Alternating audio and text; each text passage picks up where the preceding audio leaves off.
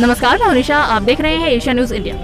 इस वक्त हम मौजूद हैं राजभवन के समक्ष। यहाँ पे एक मोर्चा किया जा रहा है आदिवासियों के द्वारा। आदिवासी जो है वो अपने हक की लड़ाई के लिए यहाँ पे एक मोर्चा कर रहे हैं। तो आइए यहाँ के लोगों से जानते हैं कि आखिर जो वो मोर्चा कर रहे हैं इसका उनसे क्या तात्पर्य है और वो क्या कहना चाह रहे हैं इस आदिवासी मोर्चा के जरिए। सरकार बनेगी, हम विस्थापन आयोग का गठन करेंगे, लेकिन अभी तक विस्थापन आयोग का गठन नहीं हुआ। जमीन की वापसी नहीं हो रही है। जो भूमि अधिग्रहण कानून 2013 बना उसको लागू नहीं किया जा रहा है। अगर उसको लागू किया जाए तो बहुत सा प्रॉब्लम सॉल्व हो जाएगा।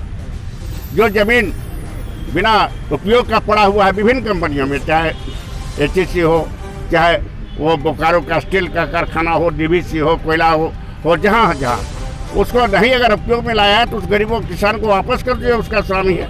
ये भूमि अधिग्रहण कानून 2013 का ये कानून में है, 24 में ये दिया गया है, लेकिन उसको भी वापस नहीं किया गया।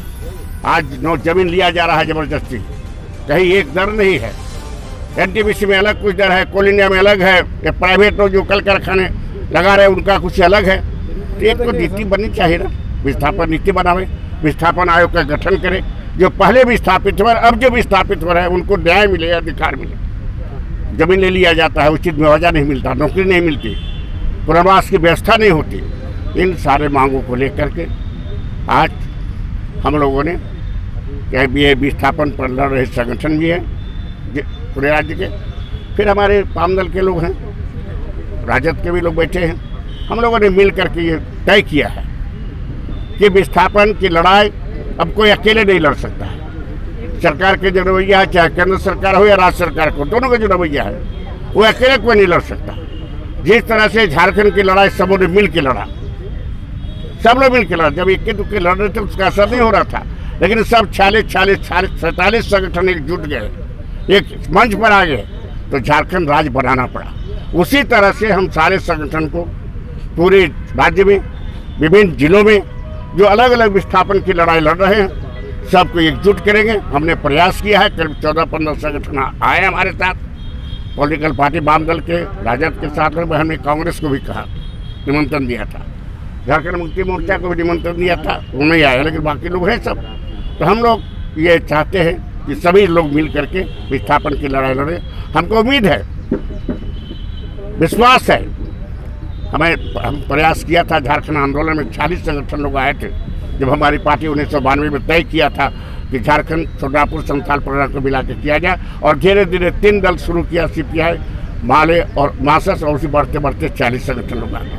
तब उसी तरह से इसमें सबको जोड़ेंगे, आंदोलन तीव्र करेंगे। हम शुरू करेंगे गोड्डा से और आखिर गढ़वा तक, जहाँ जहाँ विस्थापन का ये दंश है, विस्थापन हो रहे हैं लोग, वहाँ हम आंदोलन करेंगे और सबको एक साथ जोड़ करके विशाल जन आंदोलन की शुरुआत करेंगे।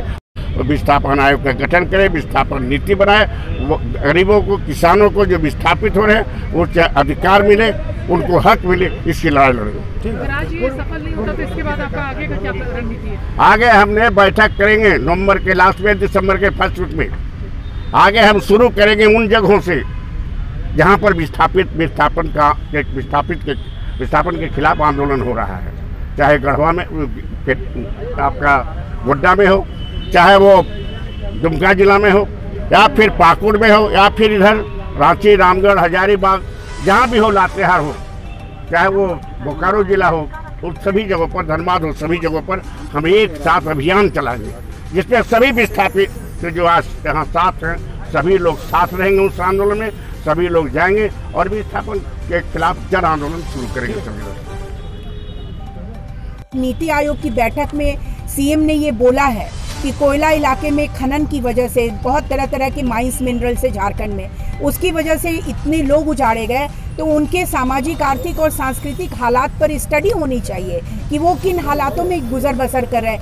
पूरे देश का जो टोटल कोयले का 49% झारखंड से जाता है तो देश रोशन होता है, पूरी दिल्ली जगमग होती है और कई बिजली घरों को कोयला मिलता है। और यहाँ के लोगों को क्या हाल है, देखिए DVC नोटिस देता है 4 घंटे पहले और बिजली काटता है, हमें 24 घंटे बिजली भी नहीं मिल रही है। तो हमारे विकास के नाम पर हम कब तक कुर्बान होते रहेंगे? इन समस्याओं का निपटारा सरकार को करना होगा। विस्थापित आयोग के गठन के बिना ये संभव नहीं है।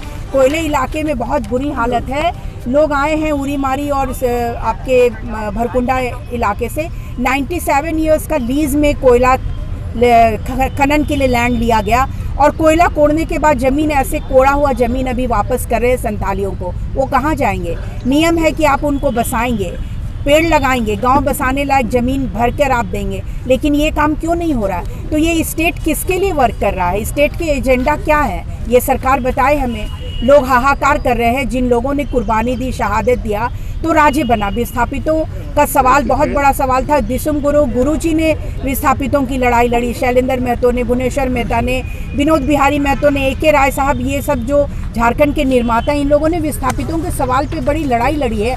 20 साल हो गए राज्य बने हुए, पूर्व की सरकार ने भी सुनवाई नहीं की। वो तो कानून का उल्लंघन, रघुवर दास तो कहते थे कानून से देश नहीं चलता है। रिकॉर्ड है हम लोग के पास, जो हम लोग कोर कैपिटल के खिलाफ लड़ रहे थे कि ज़बरदस्ती इन्होंने जो नया विधानसभा बनाया, ज़बरदस्ती हाई कोर्ट बना रहे हैं, ज़बरदस्ती प्रोजेक्ट बिल्डिंग बनाने की बात है, तो उन्होंने कहा था।